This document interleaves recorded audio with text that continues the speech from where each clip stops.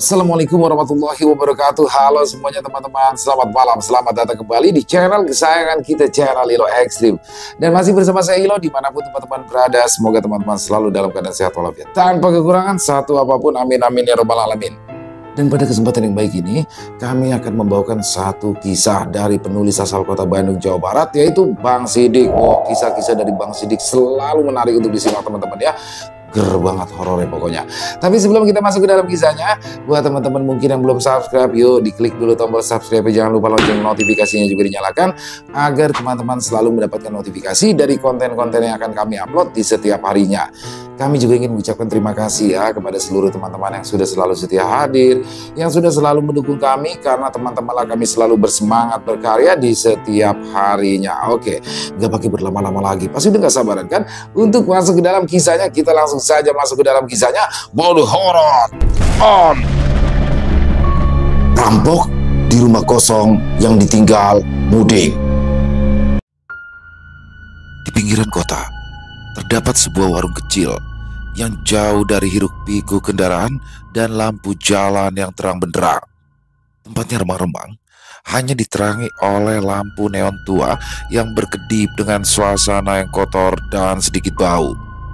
Di sana terlihat penuh dengan pecahan botol minuman keras dengan aroma alkohol yang menyengat, namun bau itu tersamarkan oleh bau gorengan yang sedang dimasak oleh pemilik warung di dalam sana. Tepat di salah satu meja, terdapat dua orang pria yang duduk sambil merokok. Di depannya ada sebotol arak yang hampir kosong, dan salah satu dari mereka nampak melirik ke arah jalan kecil karena salah satu temannya sepertinya belum datang pada malam ini. Ben, si Joko emang beneran mau datang malam ini? Tanya Rangga, seorang pria dengan tubuh yang kecil dengan wajahnya yang tampak gelisah. Iya, udah lu tunggu aja. Dia pasti datang bawa kabar baik. Makanya gue kenalin ke lu juga, karena dia kerja di rumah itu dan dia pasti bisa nyelesain masalah lo selama ini, jawab Beno, seorang pria yang bertubuh kekar dan merupakan preman di sekitaran warung tersebut. Beno tampak tenang. Salah satu tangannya yang menggenggam gelas arak dan meminumnya sambil melirik ke arah jalan. Dia meneguk isinya sampai habis dan merokok di depan Rangga yang masih nampak gelisah. Sedangkan Rangga, dia nampak berbeda. Permasalahan yang sedang dialami membuat wajahnya terus-menerus gelisah, dan Beno yang merupakan temannya ingin memperkenalkan seseorang yang mungkin bisa membantu membereskan masalahnya ini. Setelah hampir 15 menit menunggu, nampak sebuah motor tua muncul dari kejauhan. Lampunya menyala redup dengan knalpot yang nyaring di tengah keheningan malam. Tuh, si Joko, bener kan kata gue, dia pasti datang. Tenanglah, gak usah gelisah gitu, kata Beno yang berdiri dan berjalan ke depan warung untuk menjemput Joko yang mendekat kepada mereka. Joko seketika menghentikan sepeda motornya.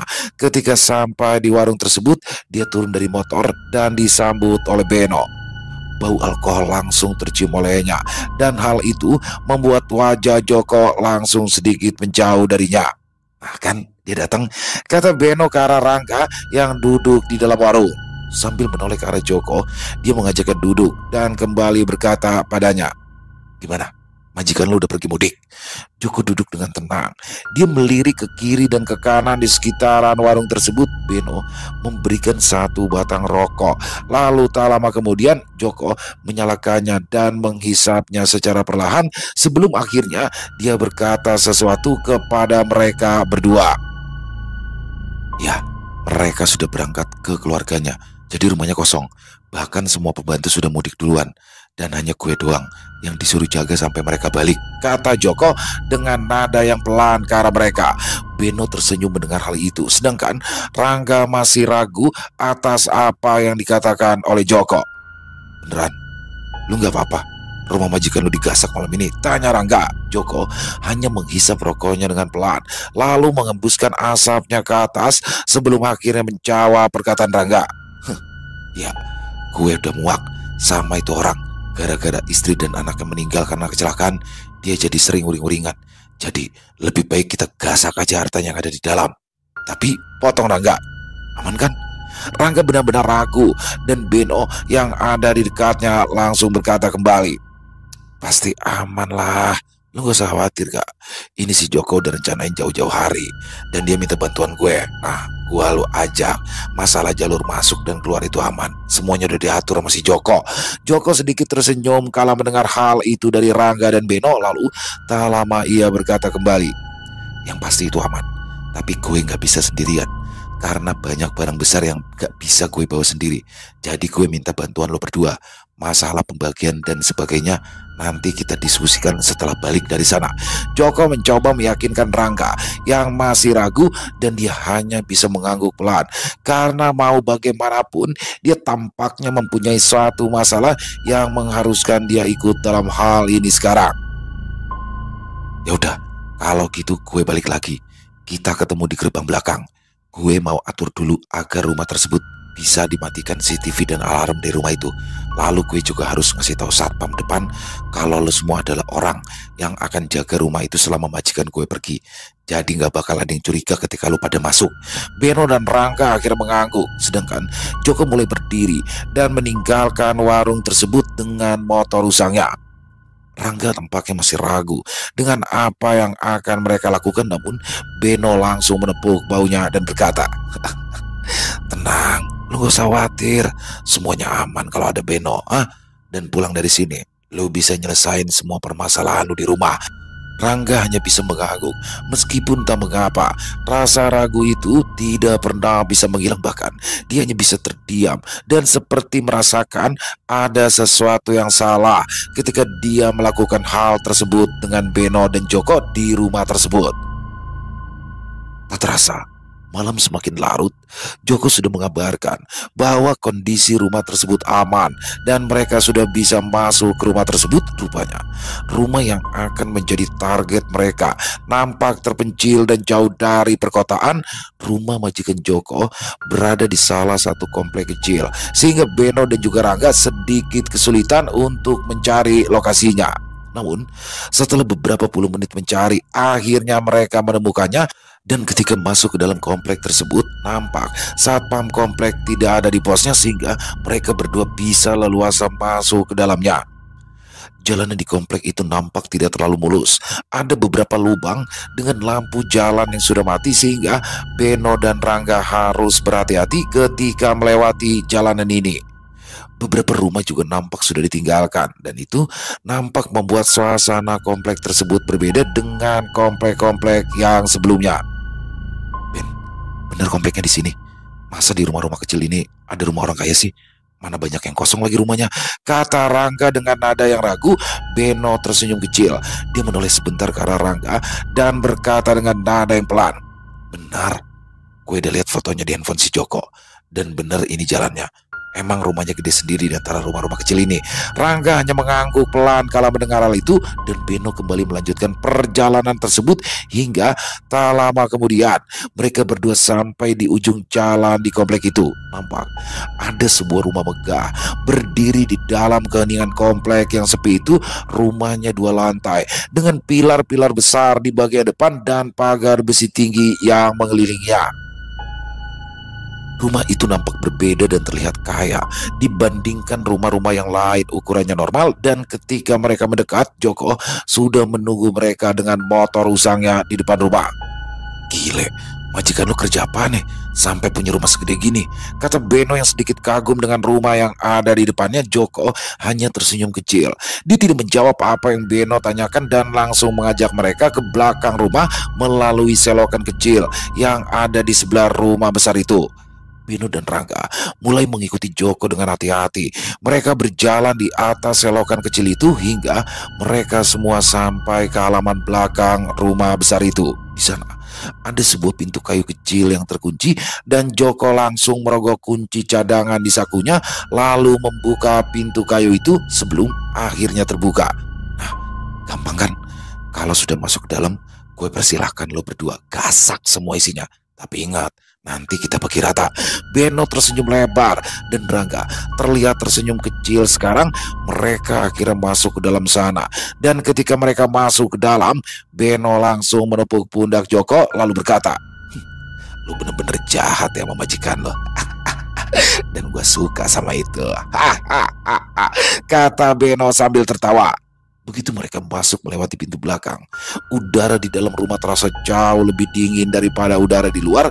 Udara dingin tersebut terasa aneh karena tidak ada AC yang menyala di sana. Bahkan hal itu bisa membuat tubuh Beno sedikit bergetar karena kedinginan. Namun hal itu tidak menghalangi niat mereka. Beni, Joko, dan juga Rangga terus masuk ke dalam rumah melalui dapur. Di sana, lampu dapur tidak menyala, namun ada cahaya bulan yang masuk melalui jendela besar yang bisa menerangi isi ruangan tersebut. Dapur itu nampak luas, dengan meja marmer yang bersih dan lemari kayu yang tertata rapi. Semua peralatan di sana pun nampak terasa mahal, bahkan terlihat seperti jarang dipakai.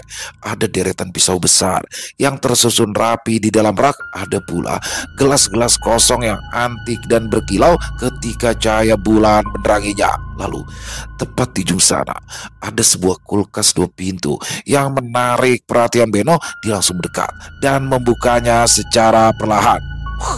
Isinya lengkap banget. Beda kalau orang kaya hidupnya, katanya sambil meraih sebuah botol minuman besar lalu membukanya.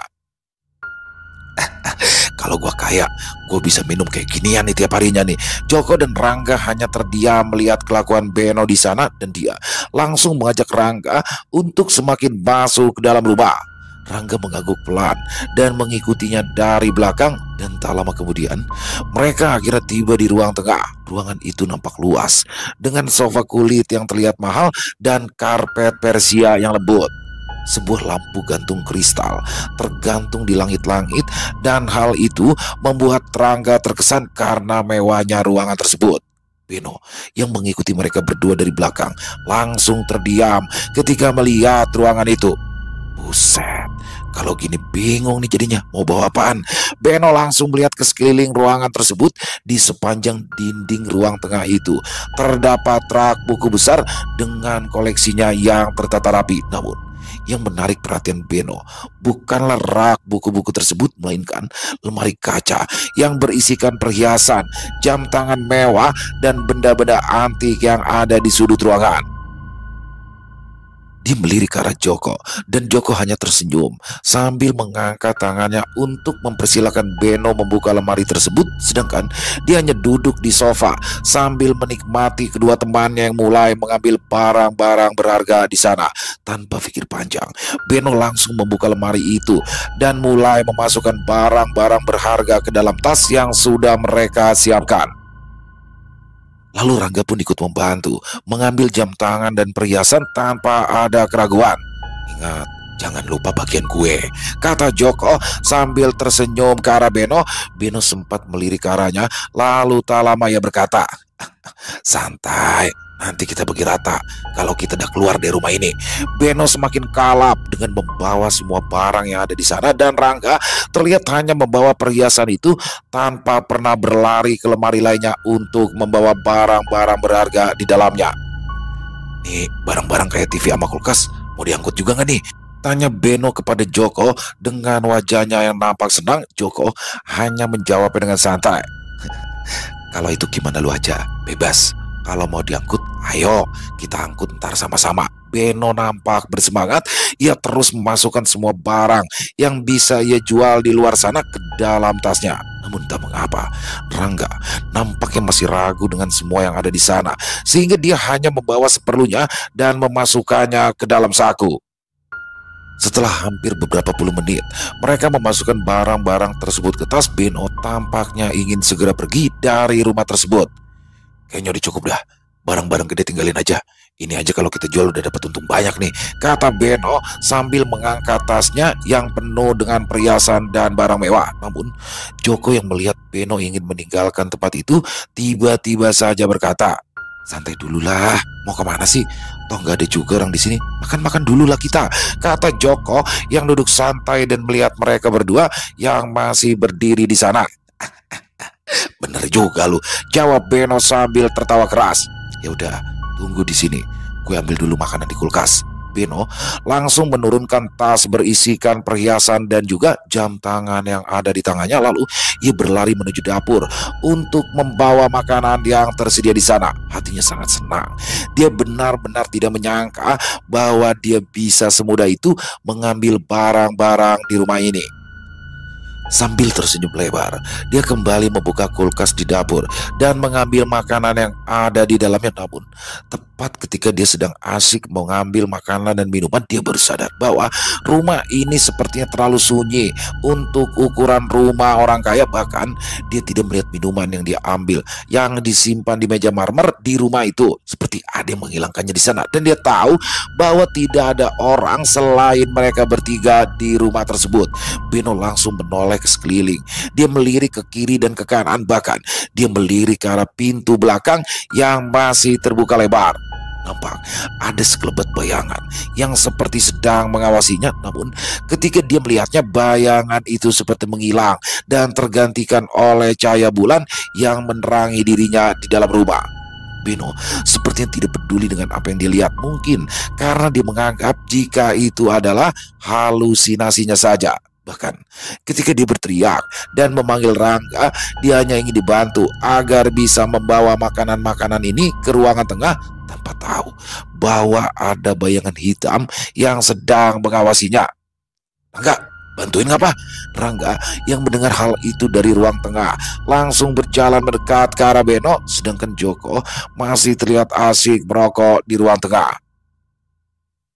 Ketika dia berjalan ke arah dapur, dia melewati sebuah cermin besar yang ada di dinding dekat tangga ke lantai 2. Rangga melirik ke arah cermin itu, dan di sana dia melihat dirinya dan Joko yang duduk di sofa yang berada di ujung sana. Namun sepertinya ada yang aneh dengan bayangan yang ada di cermin itu, karena ketika dia melihat ke arah Joko, ada sosok lain yang berada di belakangnya. Sosok itu berbentuk bayangan yang tinggi dan kurus, dan dia berdiri di belakang sofa tersebut dengan wajahnya yang tidak terlihat sama sekali. Jantungnya langsung berdetak dengan kencang. Dia menatap cermin itu dengan seksama sambil menggosok-gosok kedua mata. Dan ketika dia melihatnya lagi, dia benar-benar melihat sosok itu berdiri di belakang Joko. Rangga sempat menoleh ke arah Joko yang sedang asyik merokok. Namun di sana tidak ada sosok tersebut. Suasana mendadak aneh ketika Rangga melihat sosok itu, dan Joko yang duduk di sana langsung bertanya ketika Rangga melihatnya. "Ada apa gak?" tanya Joko dengan santai. Gak ada apa-apa," jawab Rangga sambil melirik kembali ke cermin tersebut. Tubuhnya tiba-tiba terdiam ketika dia melirik lagi ke cermin itu. Sosok dengan tubuh yang tinggi dan kurus itu nampaknya bertambah. Bukan hanya satu yang berdiri di sana, namun kini ada 3 sosok yang berada di sana. Bahkan kini ada sesuatu yang berbeda, yaitu sebuah mata merah menyala yang muncul dan menatapnya dari kejauhan. Selain itu, secara tiba-tiba ketiga sosok itu tersenyum, dan dari balik senyumannya itu dia melihat gigi taringnya yang tajam, dan salah satu dari mereka nampak ingin memakan kepala Joko yang sedang duduk santai di atas sofa. Rangga hanya bisa terdiam di depan cermin tersebut. Nafasnya terasa berat. Dia menatap cermin itu dengan kedua mata yang terbelalak. Dia berharap bahwa bayangan itu menghilang. Namun lama-kelamaan bayangan itu malah lebih banyak, dan mereka semua menatap Rangga dengan kedua matanya yang merah menyala. Rasa takut secara perlahan muncul di dalam tubuhnya. Keringat dingin mulai bercucuran di wajahnya, bahkan tubuhnya nampak bergetar hebat. Lalu secara tiba-tiba, "Kenapa diem aja sih lo? Bukannya bantuin gue lo?" Jantungnya langsung bergetar kencang dengan wajahnya yang ketakutan. Dia langsung memalingkan wajahnya, dan rupanya di sana ada Beno yang datang membawa makanan dari dapur. "Kayaknya kita harus cepat pergi dari sini deh," kata Rangga dengan nada bergetar. Beno hanya tertawa, dan Joko nampak santai di atas sofa seperti tidak mendengar apa yang ia katakan. "Lu takut ketahuan ya? Santai aja men," kata si Joko. "Udah gak ada siapa-siapa di sini, bener kan Jok?" tanya Beno ke arah Joko.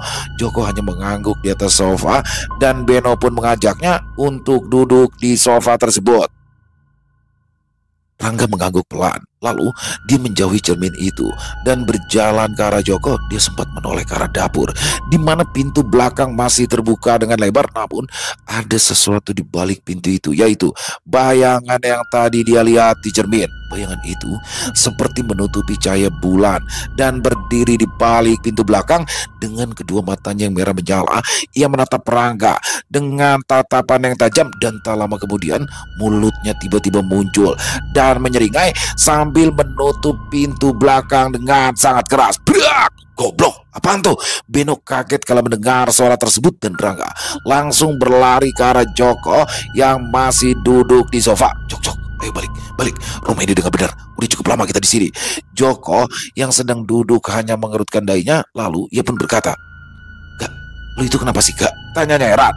Rangga seketika melirik ke arah pintu, dan di sana rupanya sudah ada Beno yang sudah berlari lebih dulu ke arah dapur dan mengecek pintu belakang itu. Beno langsung tersenyum dan berjalan kembali ke arah Rangga. Dia tertawa keras karena melihat Rangga yang ketakutan. Asli, gua kaget gara-gara tuh pintu kebanting sendiri. Tapi kayaknya itu gara-gara angin malam dah, kata Beno sambil tertawa. Gue jadi kayak si Rangga nih, parno gara-gara pintu kebanting diri. Beno kembali ke ruang tengah. Lalu dia mengambil tas yang berisi barang-barang berharga dan mengajak Joko untuk segera keluar dari rumah. Jok, si Rangga udah bener-bener parno. Kayaknya seumur hidup dia kagak pernah masuk ke rumah gede kayak gini. Dah, yuk balik, kelamaan kita di sini. Joko hanya tersenyum, dan Rangga nampak mengangguk dengan tubuhnya yang bergetar. Ya udah, kalau memang itu maunya lu pada, ayo kita balik sekarang. Joko akhirnya berdiri dan menepuk pundak Rangga sambil mengajaknya pergi dari rumah itu. Namun sesuatu terjadi ketika mereka bertiga ingin segera meninggalkan ruangan tersebut. Pang! Terdengar sebuah botol antik yang ada di lemari yang sudah terbuka tiba-tiba jatuh dengan sendirinya. Hal itu sontak membuat mereka bertiga melirik ke arah lemari tersebut, dan ketika hal itu terjadi, prang! Satu persatu botol-botol itu berjatuhan dengan sendirinya, dan hal itu membuat Joko, Beno, dan juga Rangga hanya bisa terdiam melihat apa yang terjadi di depan mata mereka. Udah gak bener ini, udah gak bener. Jok, Ben, ayo kita cabut, kata Rangga yang langsung membalikan tubuhnya ke arah dapur. Ketika ia baru berkata seperti itu, tiba-tiba saja ada sesuatu yang membuat mereka semakin syok ketika mereka berada di rumah. Sisi rumah mendadak bergetar. Lampu mewah yang bergantung langsung miring ke kiri dan ke kanan. Benda-benda antik yang ada di dalam lemari berjatuhan, dan jam dinding yang ada di sudut ruangan seketika terjatuh dengan sendirinya. Hal itu tentu saja membuat mereka kaget dan tak bisa berbuat apa-apa. Wajah mereka bertiga tampak pucat dengan rasa takut yang mulai muncul di dalam tubuh mereka secara perlahan. Tiba-tiba saja di tengah ketakutan mereka yang muncul, TV besar yang ada di ruangan tersebut menyala dengan sendirinya. Layarnya nampak kosong dan berwarna biru tua, namun pantulan cahaya dari TV tersebut menerangi sebuah bayangan yang berdiri di depan sofa. Bayangan itu adalah bayangan yang sempat Rangga lihat di dalam cermin, dan itu muncul kembali dengan kedua mata merahnya yang menyala. Beno, Joko, ayo balik, Rangga langsung berteriak. Dia menarik tangan Joko dan Beno yang berdiri terpaku ketika bayangan itu muncul. Dia berlari ke arah dapur bersamaan dengan Beno dan Joko. Jok, itu makhluk apa, Jok? Penunggu rumah ya? Tanya Beno yang keringat dingin ketika berlari meninggalkan ruangan tersebut. Joko hanya menggelengkan kepalanya. Dia seperti tidak tahu bahwa ada makhluk seperti itu di rumah. Gue nggak tahu, gue cuma ngurus kebun depan doang. Gue jarang masuk rumah. Joko juga nampak panik karena ada sesuatu yang aneh dalam rumah tersebut. Dengan langkah yang tergesa, mereka langsung berlari ke arah dapur. Namun tepat ketika mereka ingin masuk ke arah dapur untuk melarikan diri melalui pintu belakang, tiba-tiba saja, astaga, Rangga yang berada di paling depan langsung menghentikan kedua langkah temannya di dalam dapur. Dia melihat banyak sekali bayangan yang berdiri di sana. Ada yang berdiri di kulkas, ada yang sedang merayap di langit-langit rumah, ada pula yang berdiri di luar dan mengintip dari jendela ke arah mereka. Bayangan-bayangan itu memiliki bentuk yang sama dan juga mereka menatap Rangga, Beno, dan Joko dengan kedua mata yang merah menyala. Gak bener ini, ayo kita cabut, cari jalan lain, kata Joko yang panik melihat mereka semua. Rangga dan Beno langsung berbalik. Di sana Beno langsung berteriak ke arah Joko. Jok, mau kabur kemana lagi kita? Gue pengen keluar dari tempat ini secepatnya. Joko langsung melirik ke ruang tengah dan di sana mereka bertiga melihat bayangan-bayangan itu yang semakin lama semakin banyak. Lalu tak lama Joko langsung melirik ke atas dengan jantungnya berdetak kencang. Dia langsung menoleh ke arah mereka berdua. Kita ke atas, kita ke atas. Mereka bertiga langsung berlari dengan wajah-wajah mereka yang pucat ke arah lantai 2. Joko yang berlari paling depan langsung mencari tempat agar mereka bisa melarikan diri dari sana. Tepat di koridor atas, Joko langsung berbelok ke ruangan yang merupakan kamar dari majikannya. Dia membuka pintunya dengan nada yang panik dan langsung mengajak mereka berdua masuk ke dalam. Ayo cepat masuk, cepat. Rangga dan Beno yang ada di belakang langsung berlari masuk ke dalam dan nampaknya bayangan-bayangan itu tidak mengejar mereka ke lantai atas. Mereka benar-benar kelelahan di kamar tersebut. Nafas mereka terasa berat dengan jantung mereka yang berdetak dengan kencang. Kamar itu sepertinya menjadi tempat yang aman bagi mereka. Dan ketika mereka bertiga melihat kamar itu adalah kamar yang benar-benar mewah. Bahkan mungkin kamar ini lebih besar daripada rumah mereka sendiri. Di dalam kamar ada sebuah pintu yang tembus ke balkon luar dan hal itu membuat Beno langsung berlari ke arah pintu dan berusaha untuk membuka pintu tersebut. Sial, kekunci. Beno langsung melirik ke arah Joko dengan nada sedikit berteriak. Ia meminta kunci pintu itu agar ia bisa berlari keluar dari rumah ini. Jok, lo ada kunci cadangan pintu ini kan? Joko menggelengkan kepalanya dengan nafas terengah-engah. Ia lalu menjawab, gue gak punya kunci, cuma majikan gue yang punya kuncinya. Di sana Beno nampak sedikit geram. Dia langsung mendobrak pintu itu dengan tenaga yang dia punya, namun tampaknya ia masih belum bisa membuka pintu tersebut. Beno tidak kehilangan akal. Dia mengambil meja kecil di dekat pintu dengan tenaganya yang kuat. Dia mengangkatnya dan melemparkannya ke arah jendela yang ada di sebelah pintu. Namun entah kenapa jendela itu nampak tidak tergores sedikit pun. Kacanya tampak kokoh dan tidak bisa pecah saat Beno melemparkan meja itu dengan sekuat tenaga. Rumah apa nih? Kata Beno dengan nada yang kesal. Jok, Beno kembali memanggil Joko. Lu cari jalan keluar yang lain. Lu punya kunci cadangan kan? Joko mengangguk pelan, namun ia nampak tidak berani keluar dari kamar itu. Rangga yang duduk dan mencoba menenangkan dirinya tiba-tiba berkata kepada Beno, Ben, lebih baik kita dulu deh. Bayangan-bayangan itu masih di luar dan lebih baik kita sembunyi daripada harus lari ngelawan mereka semua. Beno nampak terdiam sebentar. Dia melirik ke arah Joko dan Rangga yang masih mengatur nafasnya dengan keringat dingin yang membasahi tubuhnya. Setelah itu, Beno akhirnya menghela nafas panjang dan duduk sambil menyender ke arah pintu yang terkunci. Yaudah, kita tunggu beberapa menit. Nanti kalau mereka udah hilang, baru kita cari jalan lain. Joko yang berada di sana merasa bersalah. Sambil berdiri di dekat pintu kamar tersebut, dia berkata kepada mereka berdua, sorry, gue juga nggak tahu bakalan kayak begini. Rangga yang duduk di sana hanya mengangkat tangannya secara perlahan. Lalu tak lama ia berkata, udah, lo nggak perlu minta maaf. Yang pasti lo pikirin aja bagaimana caranya kita keluar dari sini.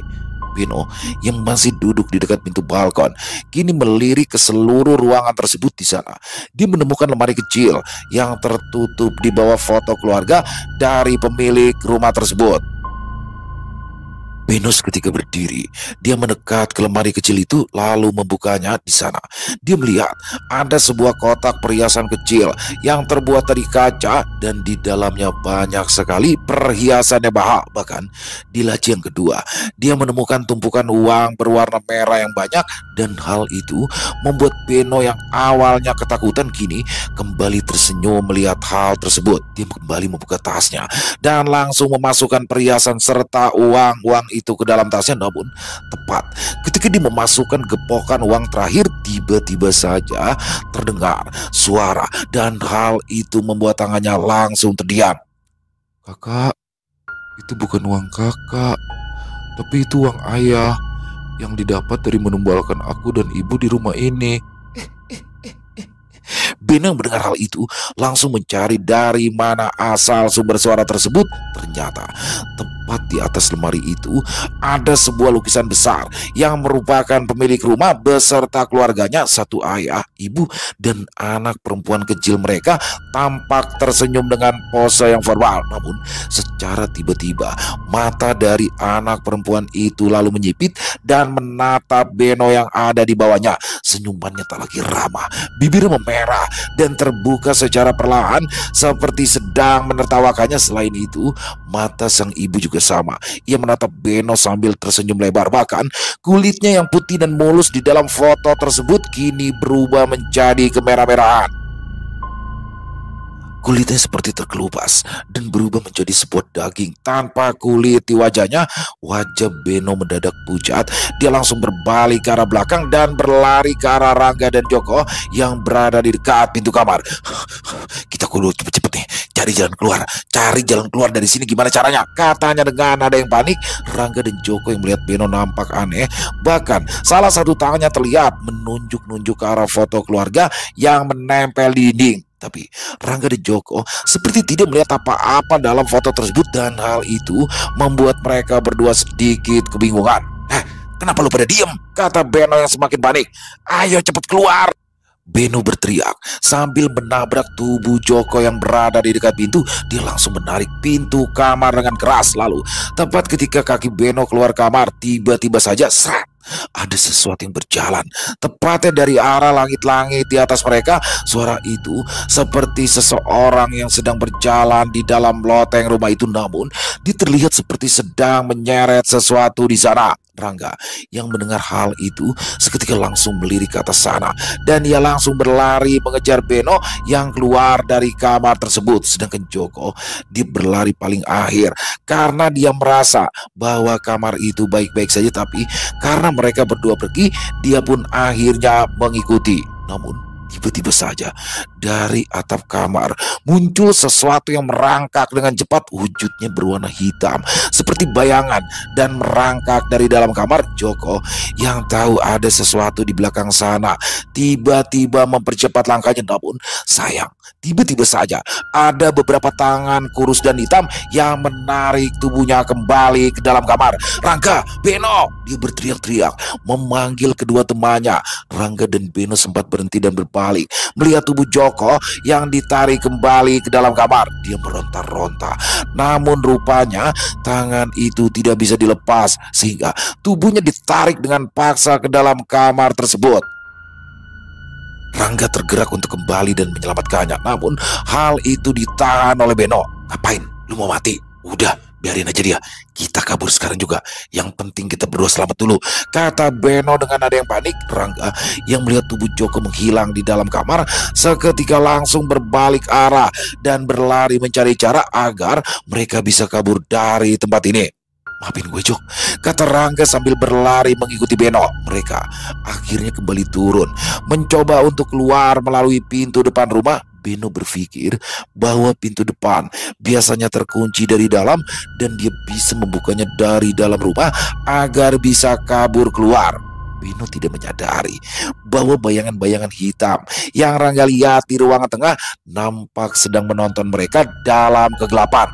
Cepetan, lama banget sih lu larinya, kata Beno yang melihat Rangga nampak kesulitan ketika turun dari tangga.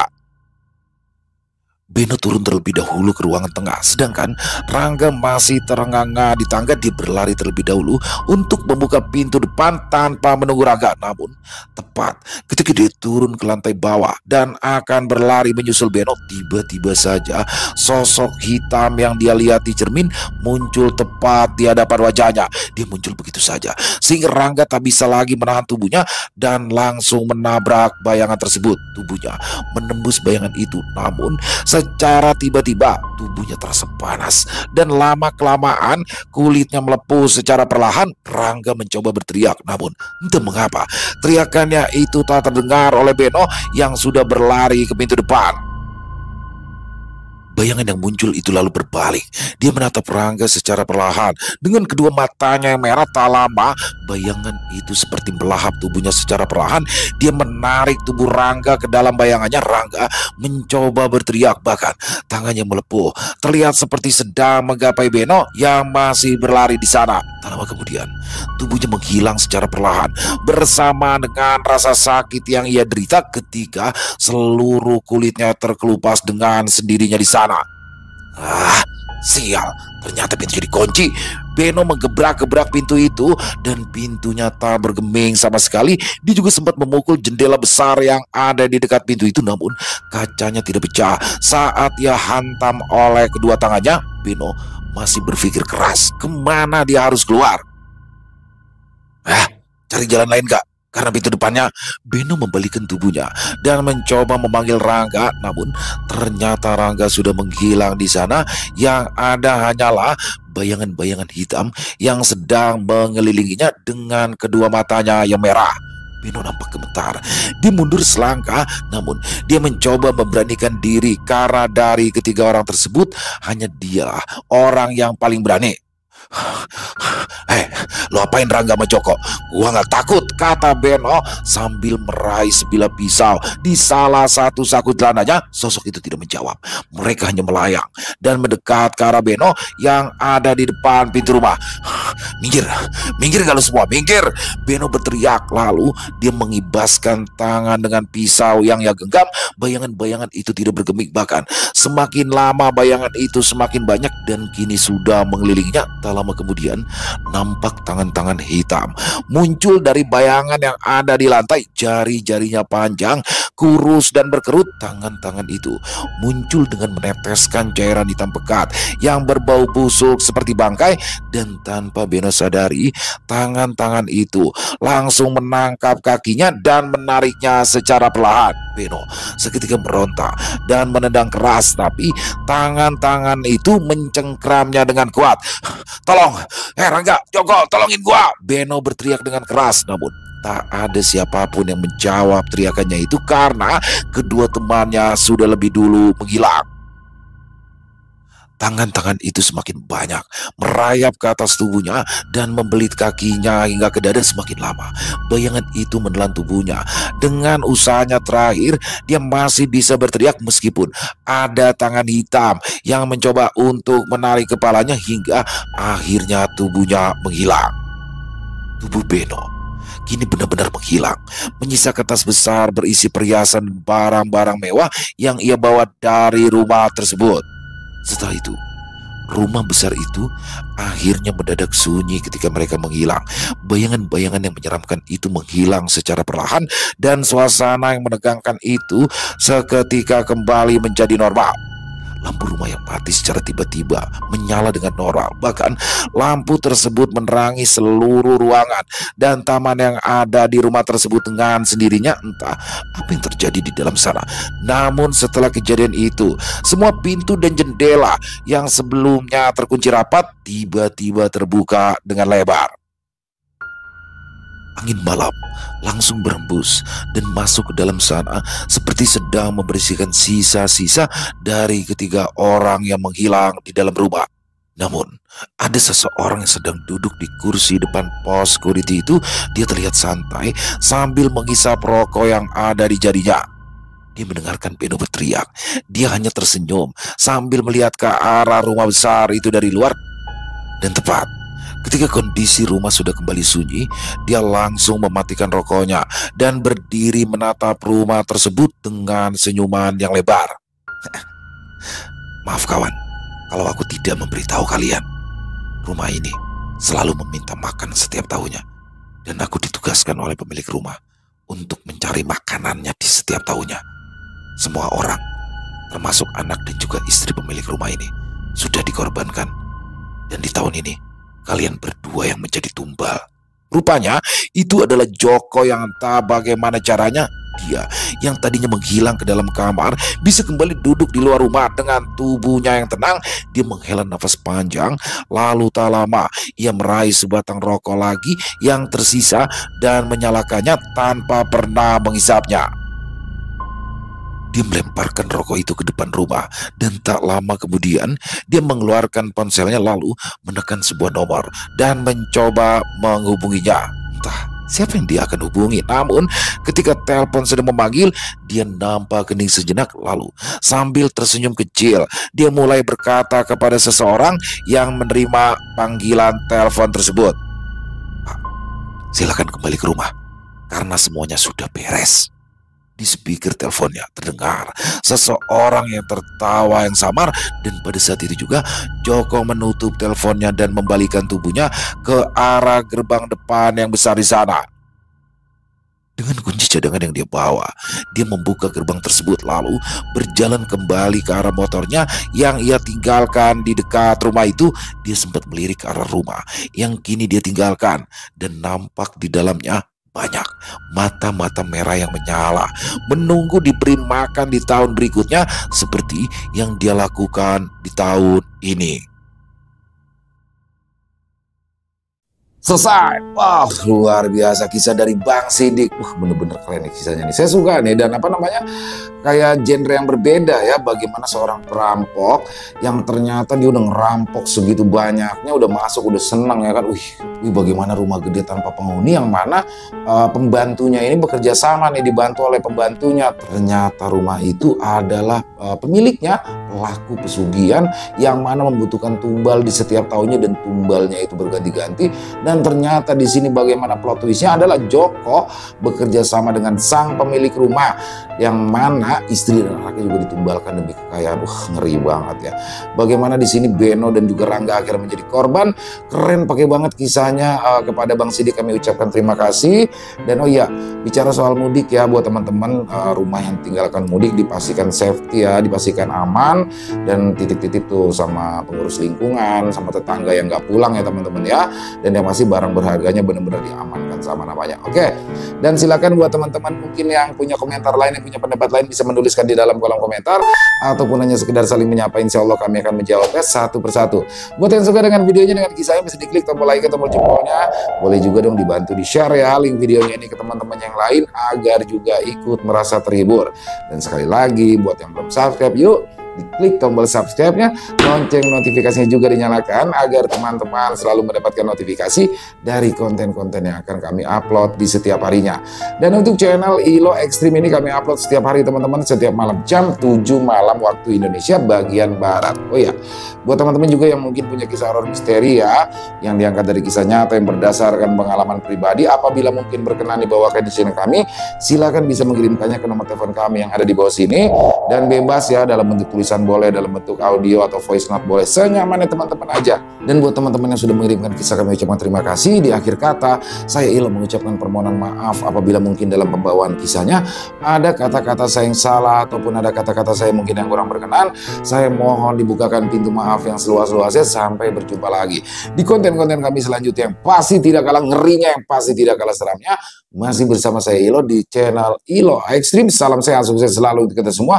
Wassalamualaikum warahmatullahi wabarakatuh.